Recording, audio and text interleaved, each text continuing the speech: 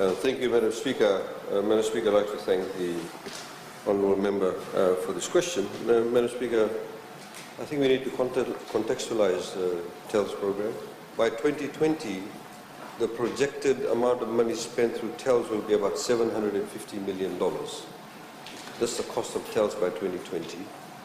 Because as we know that more and more of our young people, apart from the fact that we have a skewed population base, we have more young people. That is about 27 and a half years is 50% of the population is below 27 and a half years. So obviously 27 years and 6 months, 27 and a half years, I'm saying 27 years and 6 months.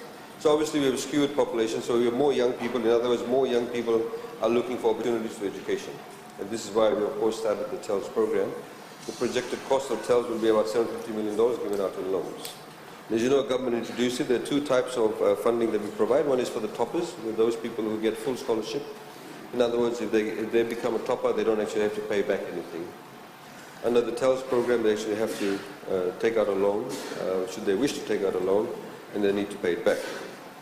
Madam Speaker, as announced also in the budget, the loan collected now will be through the Fiji Revenue and Customs Services, which makes it a lot easier to do so, as opposed to when we initially started off, it was done by the TSLB.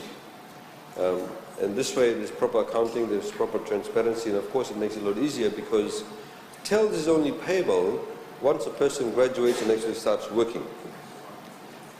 We've now been through TELS for the past 3 to 4 years, Madam Speaker, and it has given us the opportunity to review. And let me just talk about some of the reviews that actually has taken place, as announced in the budget, Madam Speaker, last year, in the 2017-2018 budget. We did make a number of changes. So, for example, a person that receives TELS, previously, in a semester, they would get an annual allowance of $6,600. That's what they get now. Previously, they used to get $4,334. And a trimester-based student will receive an allowance of $7,125 instead of $5,736. These are some of the changes we made.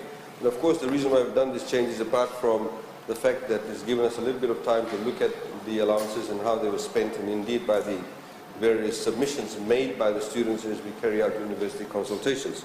We also give, under the TELS program, students an allowance of $1,000 a year for incidentals. We've also increased the funding for those students who are studying overseas. We have also, Madam Speaker, previously if a student stayed at university campus and they needed money, of course, for accommodation, etc., the entire sum of the accommodation component was paid to the university. We don't do that anymore. The students can actually opt for the meal allowance actually coming directly to them, because not every day do they want to eat from the university cafeteria or from the boarding school dining hall. So now they're given the option to be able to eat from it. So these are the changes we've done, Madam Speaker. And also, Madam Speaker, we are currently reviewing the methodology of payment. We accept the fact that, Madam Speaker, as we found out, that there may be some students who, when they actually graduate and they find employment, some of them may be working at a salary where they're getting paid an annual salary of $15,000, or some of them actually start earning at $30,000. So we want to be able to have a graduated approach in respect of the percentage of deduction that should come out from their gross salary. So we are currently reviewing that, Madam Speaker, to have a staggered approach to that. And of course, that will be announced in the budget, because we need to factor that into the budget. So we are currently looking at, this is obviously not set in stone, but we are currently looking at, for example, having a bracket of, say, $15,000. So anybody that will earn, who's done, for example, finished their studies, they've got employment, and they're earning less than $15,000 a year, they don't do any repayments until they start earning $15,000 a year. That's the benchmark we're currently assessing. So $15,000 to $20,000, they'll pay a rate of, say, 10%.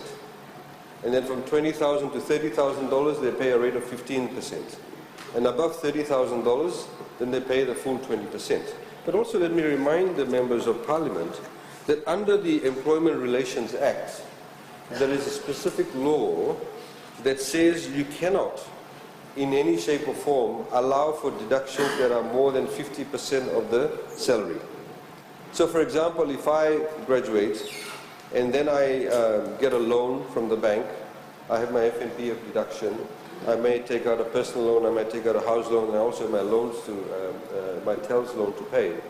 We cannot deduct more than 50%. So deductions have to be skewed to ensure that a person takes back at least 50% of the salary. That's been there for a long period of time. It will also apply to the TELS program. So, Honourable Member, to answer your question, we are actually re-looking at the payment and having a staggered approach to it. You know, we've had about 3-4 years to look at the system and how it's working. And of course, we need to be responsive to those needs, because we do realize that there are some people who will actually get paid a lot more than others, depending on the qualifications they obtain, and depending also on the job market that they have. Thank you very much.